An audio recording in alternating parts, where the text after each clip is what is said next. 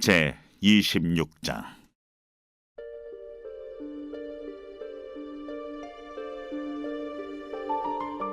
너희는 자기를 위하여 우상을 만들지 말지니 조각한 것이나 주상을 세우지 말며 너희 땅에 조각한 석상을 세우고 그에게 경배하지 말라.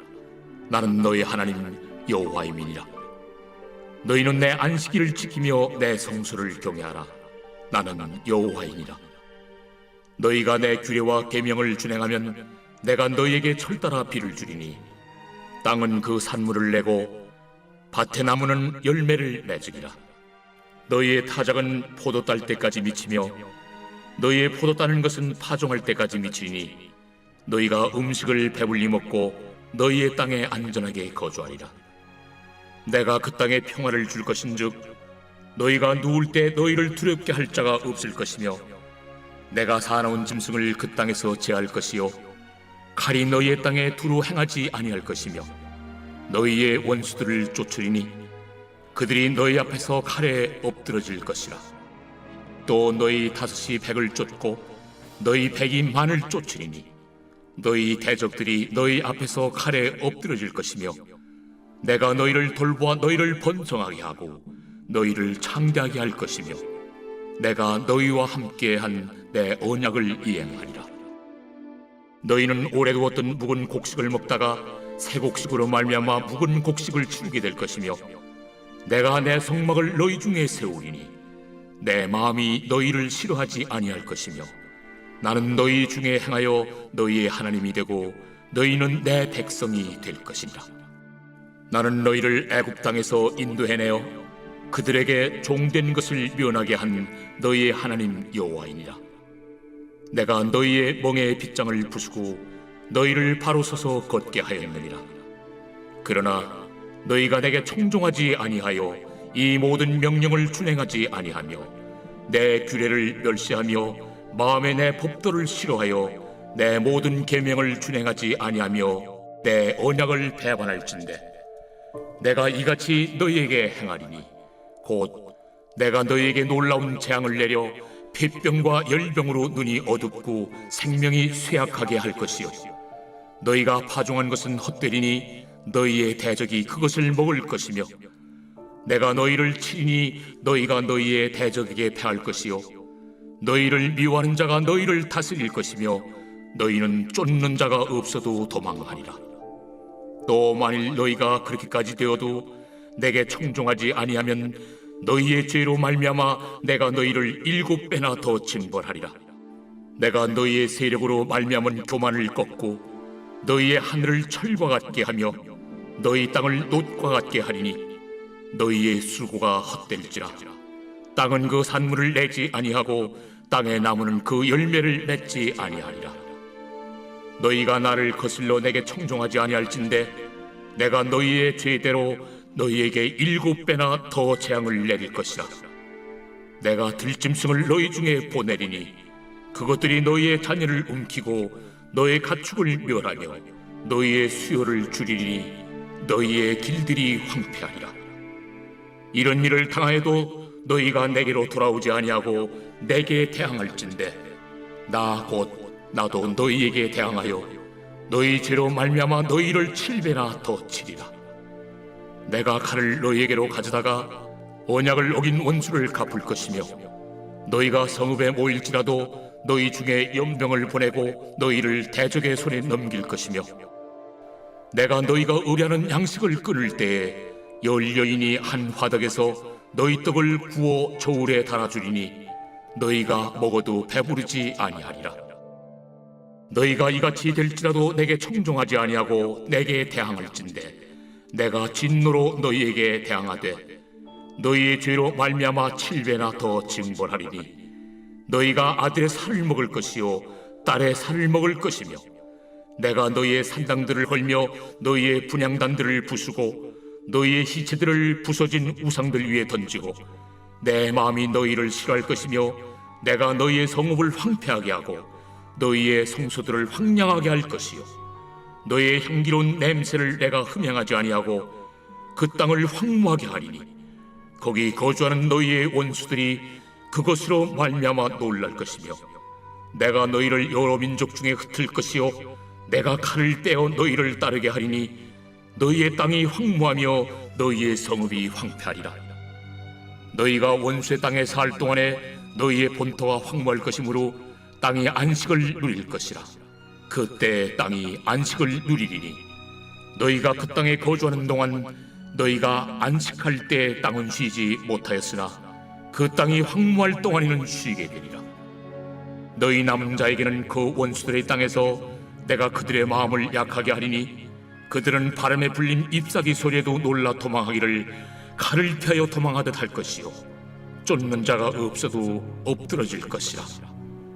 그들은 쫓는 자가 없어도 칼 앞에 있음같이 서로 짓밟혀 넘어지리니 너희가 원수들을 맞설 힘이 없을 것이요 너희가 여러 민족 중에서 망하리니 너희의 원수들의 땅이 너희를 삼킬 것이라. 너희 남은 자가 너희의 원수들의 땅에서 자기의 죄로 말미암아 쇠잔하며 그 조상의 죄로 말미암아 그 조상같이 쇠잔하리라. 그들이 나를 거스른 잘못으로 자기의 죄악과 그들의 조상의 죄악을 자복하고 또 그들이 내게 대항함으로 나도 그들에게 대항하여 내가 그들을 그들의 원수들의 땅으로 끌어갔음을 깨닫고 그 할례 받지 아니한 그들의 마음이 낮아져서 그들의 죄악의 형벌을 기쁘게 받으면 내가 야곱과 맺은 내 언약과 이삭과 맺은 내 언약을 기억하며 아브람과 맺은 내 언약을 기억하고 그 땅을 기억하리라. 그들이 내 법도를 싫어하며 내 규례를 멸시하였으므로 그 땅을 떠나서 사람이 없을 때 그 땅은 황폐하여 안식을 누릴 것이요 그들은 자기 죄악의 형벌을 기쁘게 받으리라. 그런즉 그들이 그들의 원수들의 땅에 있을 때에 내가 그들을 내버리지 아니하며 미워하지 아니하며 아주 멸하지 아니하고 그들과 맺은 내 언약을 폐하지 아니하리니 나는 여호와 그들의 하나님이 되리니라. 내가 그들의 하나님이 되기 위하여 민족들이 보는 앞에서 애굽 땅으로부터 그들을 인도하여 낸 그들의 조상과의 언약을 그들을 위하여 기억하리라. 나는 여호와이니라. 이것은 여호와께서 시내산에서 자기와 이스라엘 자손 사이에 모세를 통하여 세우신 규례와 법도와 율법이니라.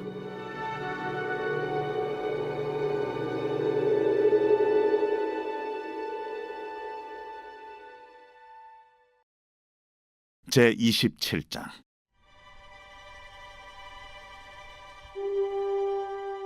여호와께서 모세에게 말씀하여 이르시되 이스라엘 자손에게 말하여 이르라. 만일 어떤 사람이 사람의 값을 여호와께 드리기로 분명히 서원하였으면 너는 그 값을 정할지니 내가 정한 값은 20살로부터 60살까지는 남자면 성소의 세겔로 은 50세겔로 하고 여자면 그 값을 30세겔로 하며 5살로부터 20살까지는 남자면 그 값을 20세겔로 하고 여자면 10세겔로 하며 1개월로부터 5살까지는 남자면 그 값을 은 5세겔로 하고 여자면 그 값을 은 3세겔로 하며 60살 이상은 남자면 그 값을 15세겔로 하고 여자는 10세겔로 하라. 그러나 서원자가 가난하여 내가 정한 값을 감당하지 못하겠으면 그를 제사장 앞으로 데리고 갈 것이요 제사장은 그 값을 정하되 그 서원자의 형편대로 값을 정할지니라.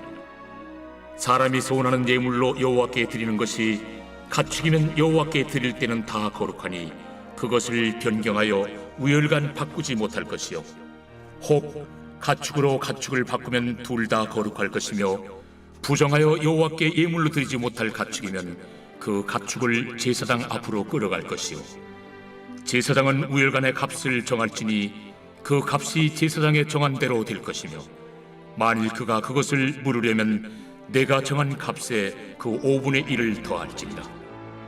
만일 어떤 사람이 자기 집을 성별하여 여호와께 드리려 하면 제사장이 그 우열간의 값을 정할지니 그 값은 제사장이 정한 대로 될 것이며 만일 그 사람이 자기 집을 물으려면 내가 값을 정한 돈에 그 5분의 1을 더할지니 그리하면 자기 소유가 되리라. 만일 어떤 사람이 자기 기업된 밭 얼마를 성별하여 여호와께 드리려 하면 마지기 수대로 내가 값을 정하되 보리 한 호멜지기에는 은 50세겔로 계산할지며 만일 그가 그 밭을 신년부터 성별하여 드렸으면 그 값을 네가 정한 대로 할 것이요 만일 그 밭을 신년 후에 성별하여 드렸으면 제사장이 다음 신년까지 남은 연수를 따라 그 값을 계산하고 정한 값에서 그 값에 상당하게 감할 것이며 만일 밭을 성별하여 드린 자가 그것을 물으려면 내가 값을 정한 돈의 그 5분의 1을 더할지니 그리하면 그것이 자기 소유가 될 것이요 만일 그가 그 밭을 무르지 아니하려거나 타인에게 팔았으면 다시는 무르지 못하고 신년이 되어서 그 밭이 돌아오게 될 때에는 여호와께 바친 성물이 되어 영령이 드린 땅과 같이 제사장의 기업이 될 것이며 만일 사람에게 샀고 자기 기업이 아닌 밭을 여호와께 성별하여 드렸으면 너는 값을 정하고 제사장은 그를 위하여 신년까지 계산하고 그는 내가 값을 정한 돈을 그날에 여호와께 드려 성물로 삼을지며 그가 판 밭은 신년에 그 판 사람 곧 그 땅의 원주인에게로 되돌아갈지니라. 또 내가 정한 모든 값은 성소의 세겔로 하되 20게라를 한 세겔로 할지니라. 오직 가축 중에 처음 난 것은 여호와께 드릴 첫 것이라. 소나 양은 여호와의 것이니 누구든지 그것으로는 성별하여 드리지 못할 것이며 만일 부정한 짐승이면 내가 정한 값에 그 5분의 1을 더하여 물을 것이요 만일 무르지 아니하려면 내가 정한 값대로 팔지니라. 어떤 사람이 자기 소유 중에서 오직 여호와께 온전히 바친 모든 것은 사람이든지 가축이든지 기업에 바치든지 팔지도 못하고 무르지도 못하나니 바친 것은 다 여호와께 지극히 거룩함이며 온전히 바쳐진 그 사람은 다시 무르지 못하나니 반드시 죽일지니라. 그리고 그 땅의 10분의 1 곧 그 땅의 곡식이나 나무의 열매는 그 10분의 1은 여호와의 것이니 여호와의 성물이라. 또 만일 어떤 사람이 그의 11조를 물으려면 그것의 5분의 1을 더할 것이요 모든 소나 양의 11조는 목자의 지팡이 아래로 통과하는 것의 10번째의 것마다 여호와의 성물이 되리라. 그 우열을 가리거나 바꾸거나 하지 말라. 바꾸면 둘 다 거룩하리니 무르지 못하리라. 이것은 여호와께서 시내산에서 이스라엘 자손을 위하여 모세에게 명령하신 계명이니라.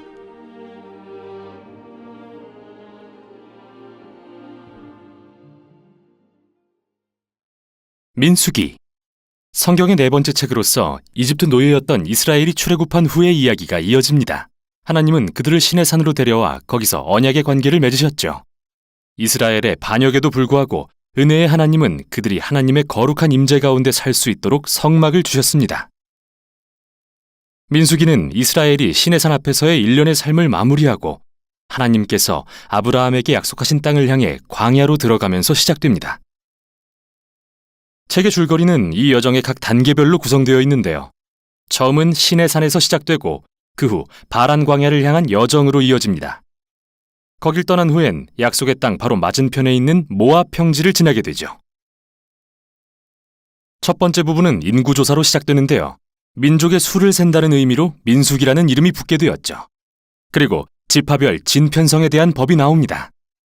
성막을 진중앙에 두고 그 주변을 제사장과 레위 지파가 둘러싼 뒤 주변 사면에 12지파를 배치했습니다. 유다 지파를 선두로 하고요. 이렇듯 정교한 배치는 하나님의 거룩한 임재가 이 민족의 존재의 중심에 있음을 상징합니다. 그리고 나서는 레위기에 적힌 정결의식에 대한 율법이 자세히 기술되는데요. 하나님의 임재를 그들 가운데 모시고 싶다면 모든 노력을 기울여 진을 거룩히 하여 그분의 거룩을 받아들일 수 있도록 해야 한다는 의미였죠. 10장에서는 하나님의 임재의 구름이 성막 위에 떠올라 이스라엘을 시내산에서 광야로 인도하는데 얼마 안 지나 심각한 상황이 벌어집니다. 11장에서 이스라엘은 배고프고 목마르다며 불평하더니 급기야 이집트로 돌아가고 싶다고 외치기 시작하고 12장에 가서는 모세의 형과 누나도 그에게 맞서 온 백성 앞에서 그를 비방하기 시작하죠. 여정의 시작이 썩 좋아 보이지 않네요. 다음 부분은 이스라엘이 바란 광야, 즉 약속의 땅으로 가는 중간쯤 도달하면서 시작됩니다. 하나님은 모세에게 각 지파에서 정탐꾼 12명을 뽑아 약속의 땅으로 보내라고 하시는데요. 정탐을 마치고 돌아온 자 중 10명은 가나안 사람들이 너무 강해서 이스라엘이 절대 이기지 못할 거라고 보고하지만 두 명의 정탐꾼 갈렙과 여호수아는 하나님은 이스라엘을 구하실 수 있다고 말합니다. 그러나 그 10명이 백성들을 선동하여 두려움을 조장하고 반란을 계획하기 시작하죠. 그들은 새 지도자를 세워 이집트로 돌아가려고 합니다. 하나님은 당연히 분노하셨고 모세는 백성을 대신하여 하나님께 중보하는데요. 그가 하나님께 아브라함에게 하신 약속을 지키시라고 부르짖자 하나님은 기도를 들어주십니다. 그러나 그분의 공의로 인해 이스라엘이 원하던 대로 약속의 땅에 들어가지 못하는 벌을 내리시죠. 하나님은 이 세대가 광야에서 죽을 때까지 40년간 방황하게 될 것이라고 선고하시며 오직 그들의 자녀들만 그 땅에 들어갈 거라고 하시죠. 결과가 이 정도면 그들도 이제 정신을 차릴 법한데 오히려 더 심각해집니다. 다음 이야기에서 레위 지파 중 한 그룹이 단체로 반역하기 시작했는데 그들은 모세와 아론의 리더십에 도전하며 그들이 분에 넘치는 일을 하고 있다고 외치죠. 그래서 하나님은 이 레위인들을 엄하게 벌하시고 모세와 아론을 이스라엘의 지도자로서 재확인시켜 주십니다. 이제 이들은 바란 지역을 떠나 길을 떠납니다. 그런데 상황은 또 악화되기 시작합니다. 이스라엘 백성은 목이 마르다며 다시 불평을 시작하고 모세에게 왜 애초에 이집트에서 나오게 했냐고 따지죠. 그러자 하나님은 모세에게 반석에게 명령해서 물을 내라고 말씀하십니다. 그러나 모세는 그대로 하지 않고 월권 행위를 하고 마는데요. 바위를 2번 치면서 이 반역자들아 우리가 이 반석에서 물을 내야겠느냐라고 화를 내죠. 모세는 마치 자기가 물을 내는 것처럼 자신을 하나님의 위치에 둠으로써 하나님의 영광을 가리고 맙니다. 그래서 모세 자신도 결국은 광야 세대와 같은 운명을 맞게 되죠. 그 또한 사막에서 죽어 절대 약속의 땅에 못 들어가게 된 것입니다. 이후에도 이스라엘은 또다시 반역하고 하나님이 이들에게 매우 이상한 심판을 하시는데요. 독사들이 와서 그들을 물게 하십니다. 그리고 모세는 다시 백성들을 대신해 중보합니다. 그러자 하나님은 모세에게 놋뱀을 만들어 장대 위에 달라 하시고 독사에 물린 자는 누구든 놋뱀을 바라보면 나을 것이라 말씀하시죠. 매우 이상한 상징 같지만 이것은 하나님이 얼마나 언약에 신실하신 분인지를 보여줍니다. 하나님은 이스라엘의 죄악을 공의로 심판하실 수 있습니다. 그러나 하나님의 공의조차 그분의 치유를 구하는 사람에게는 생명의 근원으로 탈바꿈할 수 있죠. 이제 이스라엘 민족은 모압 평지를 향해 떠납니다. 이 부분의 시작은 발람이라는 특이한 인물에 초점을 맞추는데요. 모압 왕은 이 거대한 무리가 자기 영토로 지나가는 것을 보고 잔뜩 겁에 질려서 주술사 발람을 고용하여 이스라엘에 저주를 내리라고 합니다. 그런데 발람은 3번이나 그들을 저주할 수 없다는 걸 발견하고 이스라엘을 축복할 수밖에 없게 되죠. 창세기 12장에서 하나님이 아브라함에게 하신 약속을 기억해 보세요. 발람은 이스라엘을 저주할 수 없을 뿐 아니라 하나님으로부터 언젠가 열방에 하나님의 공의를 이루실 이스라엘의 왕이 오실 거라는 환상도 봤는데요. 이 환상은 창세기 49장에서 야곱이 유다에게 한 약속을 떠올리게 합니다. 잠시 멈추고 지금까지 이 책의 흐름을 살펴보죠. 광야의 반역 사건들은 멈추지 않고 계속 악화되었지만 하나님은 이스라엘을 부분적으로는 심판하시지만 변함없이 자비를 베풀고 음식과 물을 제공하셨습니다. 그리고 발람의 이야기 역시 하나님의 은혜를 밝히 보여주죠. 이스라엘은 언덕 저 아래 지내서 불평하며 반역하고 있지만 언덕 위에서는 하나님께서 그들이 모르는 새 그들을 보호하고 심지어 축복하고 계시는 겁니다.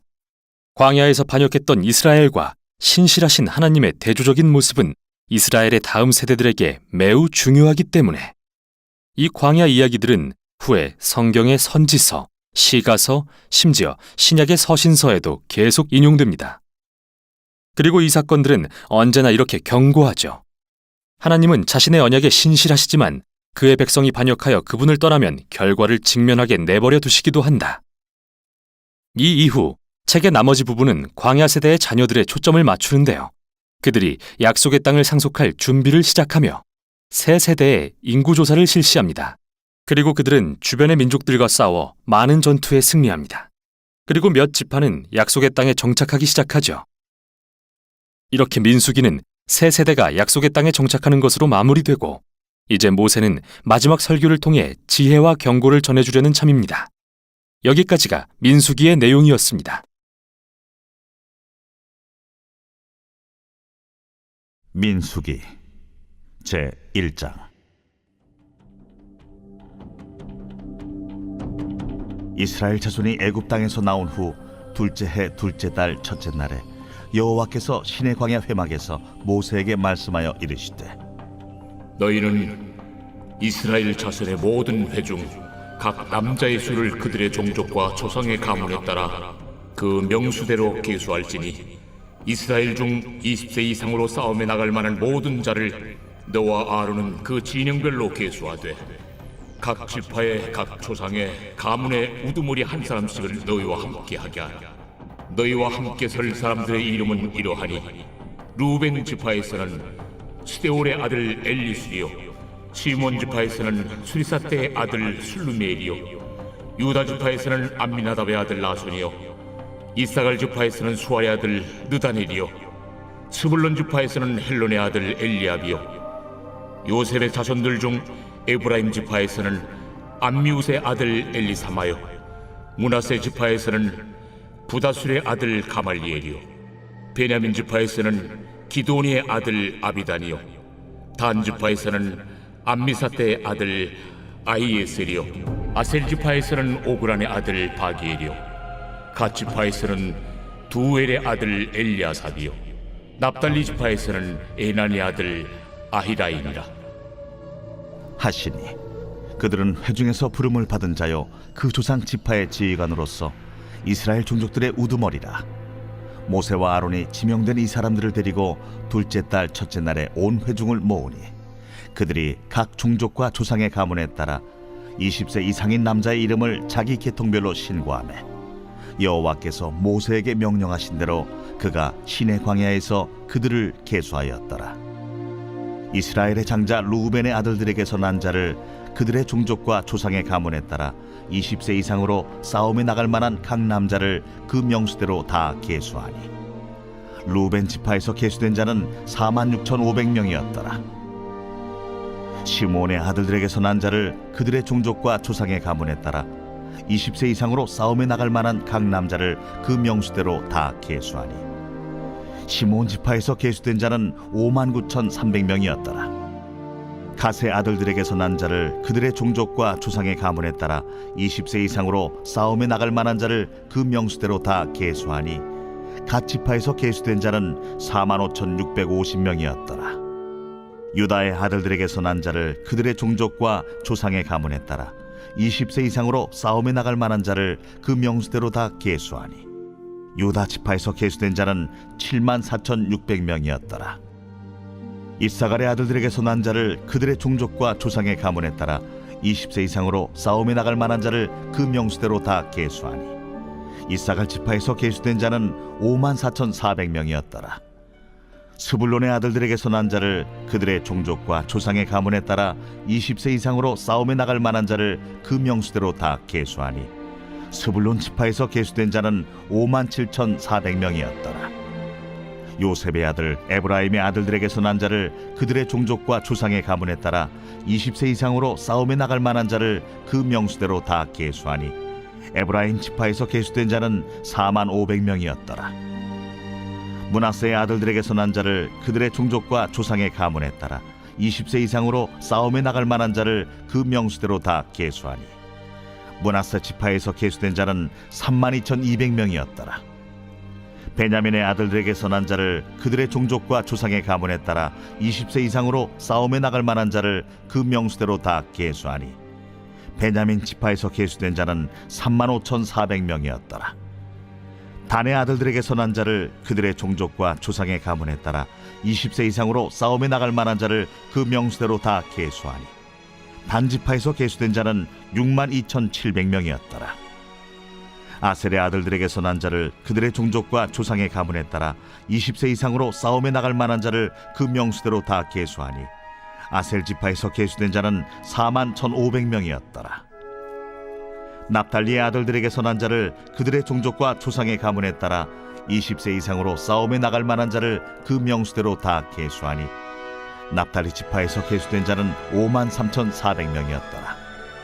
이 계수함을 받은 자는 모세와 아론과 각기 이스라엘 조상의 가문을 대표한 12지휘관이 계수하였더라.